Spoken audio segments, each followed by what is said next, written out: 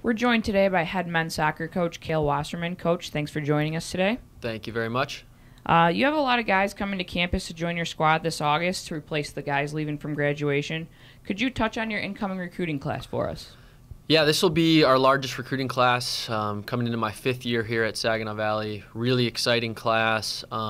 Graduated a special group of seniors this year. We had 9 seniors on the roster, so losing a lot of key players, but also returning a lot of big-time contributors, some starters, offensive and defensive player of the year, and freshman of the year in the conference. So a great returning group, but had to fill the numbers and make sure that we brought in quality guys. So we're really excited about the guys that are coming in, and we've got a good mix of Michigan guys from around the Midwest, into Canada and even Europe this year.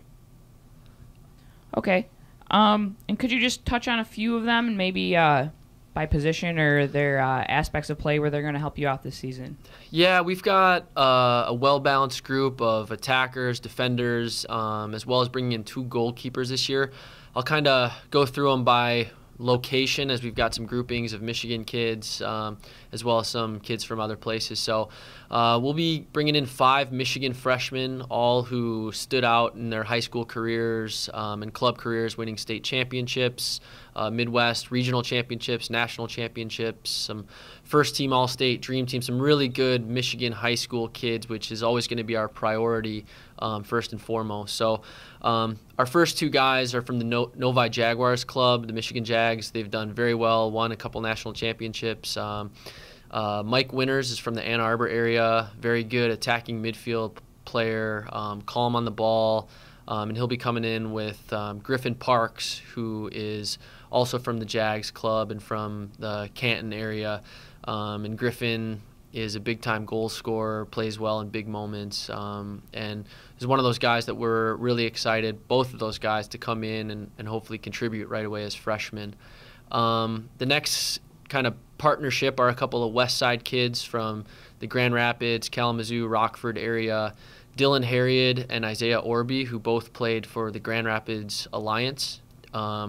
Both kids are highly competitive, different players, but from the same club and bring a lot of the same characteristics. Isaiah's very scrappy player that can kind of play all over the field. He plays center back with his club. He plays forward for high school, and actually led the state of Michigan with 35 goals at Division I for high school this year. So we know that he can play all over the field.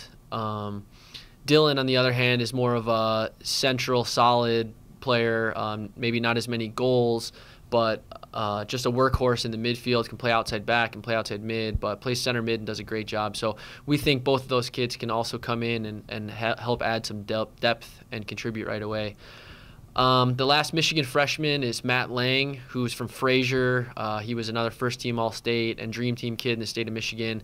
Extremely powerful, fast, left-footed kid, a ton of potential. And we think, as a forward, he'll come in and be able to play not only alongside some of our upperclassmen, but challenge some of those guys for some playing time and really put pressure on opposing defenses in the fall. So those are our Michigan freshmen that are coming in that we're really excited about. And the next grouping of kids, we've got a little partnership pairing, and I feel like a lot of our recruits come in these little groups of 2s, which is kind of beneficial for us and them because, we get to see them a lot playing together, but at the same time they get to come in with someone that they know and already have a relationship with. But Owens Community College is a community college just south of the Michigan border in Toledo that we've had a really good relationship with and brought in a player from before, and they play in the same league as a lot of the Michigan junior colleges. So bringing in 2 guys from there, one being a Michigan export. Now he's coming back. He went to Ohio for junior college, but Josh Kleinow, he's 6'5", a goalkeeper from the Lansing area, and obviously us with losing 2 goalies this year, that's a position that we need to solidify. We've got a very good returner, Josh Howell, who did a good job this spring, but to push Josh and to compete for the starting job, we will have a second Josh Kleinow coming in. Very excited about him.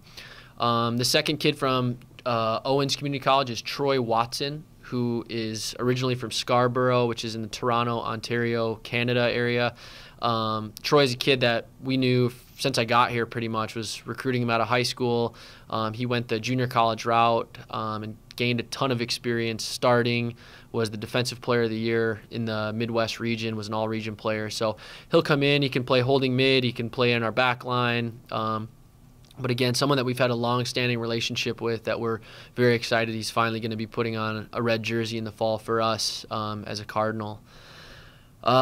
Moving on from the Owens Community College kids, we've got another pairing, and this time even a closer relationship coming in. We've got a pair of twin brothers from Minnesota, Hafid and Monir Darbaki, both from the Minneapolis area. They look alike. They've got a lot of the same technical abilities, but two totally different positions and will help us in two totally different ways. Both guys have great personalities. I'll start with Monir.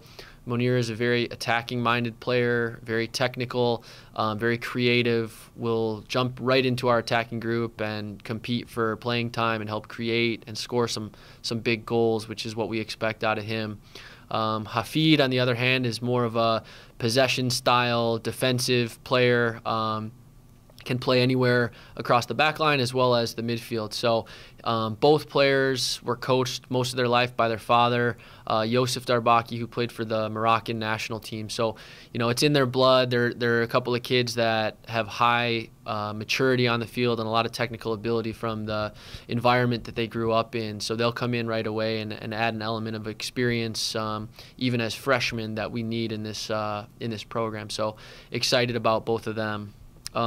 Our last two kids are from a little further away, across the pond from Europe. Was fortunate enough to go over there myself and do some recruiting this year and build a lot of good contacts. We've had some great success with a few internationals in the past with Michael Lamb, who's been the Defensive Player of the Year in our conference. Our goalie this past year was from Germany. We've had other players from England, Poland, Serbia, Jamaica. So although we are a very Michigan-based team, we do like to touch on a few internationals here and there that can make a difference, and very excited about the two guys that are coming in. I'll start with Raphael Stalls, who's from Switzerland. He'll be coming in as a true central defender, and obviously we lost our captain, one of our captains, Taylor Clark, this year, who was a 4-year starter. So got some great returners with Michael Lamb and Phil Strachan, but to add some depth and some experience, Raphael is going to do a great job for us right away. Our last player, another goalkeeper. Again, this is our second goalkeeper coming in, but Martin van der Want, who's from the Netherlands, comes in and brings a very athletic, strong presence for us at the goalkeeper position, and another one that's going to be, challenging for the starting spot right away. His experience playing at a high-level club in the Netherlands and his desire to come over and get better are some attributes that are going to help us right away be ready to play when it comes August. So again, a well-rounded class of attacking players, midfielders, defensive players, and goalkeepers. But it's just an overall class that we think not only has a ton of depth players, but some great contributors. And I think pairing this group with the guys we already have returning, we have 15 returners, which seems like a small number, but we showed in our spring games this year how competitive we can be. We hope to be one of the top teams in the nation, in the Midwest, in the conference, right away starting in August with this group. Speaking of starting in August, I'm sure that you stressed this to all the freshmen that are going to be newcomers this year, as well as your returners. But being that you're a coach of a team that competes in the fall, could you stress to us how important that summer workouts and being physically fit when they come in August truly is? Yeah, I think going home for the summer is one of the bigger challenges that we face in our sport, and that's all schools in men's and women's soccer, pretty much any fall sport, football as well. As much talent as you bring in, as much skill and technique as you bring in, you have to have guys with high level of character, dedication, motivation, self-motivation, which again is why we think that our team has done well over the past few years, is we have guys that are highly dedicated in the summer. Now this class will have to do the same things, but to go home for 3 months, you've got to be, on a planned weight room schedule, a running schedule, a speed and agility schedule. The nice part about the state of Michigan is there's a lot of places to play for our guys. We've got 15 returners, and I'd say 10 to 13 of them are playing on, some very competitive teams in the summer in the state of Michigan. So balancing training schedules and games with their men's teams or their amateur teams, as well as with strength and conditioning workouts. There's a plan for them to be successful. But again, with only having 2.5 weeks of preseason starting in August, you really have to come in your peak physical condition so you can spend preseason working on tactics, technique, team building, game planning, preparation, and not taking 2.5 weeks to try to build up your fitness base. So again, it's a priority for our team, and I think if we have the right attitude, we can be ready to go in August. And for your guys, people who follow you, high school, maybe aspiring athletes that follow you or your program, do you have any words of wisdom or encouragement that you could give to them? Yeah, the biggest thing for any high school athlete, recruit, potential youth soccer player is don't neglect the little things. There's only so many hours you can train with your team. Let's say it's an hour and a half a day, 2 hours a day, maybe 4 days a week. You've got 3 other days that you can take time to work on technical ability, passing and receiving, individual work, finishing, strength and conditioning. We touched on that element. It's so important that you're monitoring your fitness level, building your base, as well as trying to gain speed and durability, injury prevention. So take the time to put in the extra hours on your own or with a partner or with 2 friends. You don't need a group of 20 guys to improve, and that's something that through the years a lot of players start to realize too late. So at 12, 13, 14, 15, you can do work on your own, you can be persistent, and you will improve. So, all those little things combined can make you a very successful player in our sport. All right. Thank you, Coach. Thank you.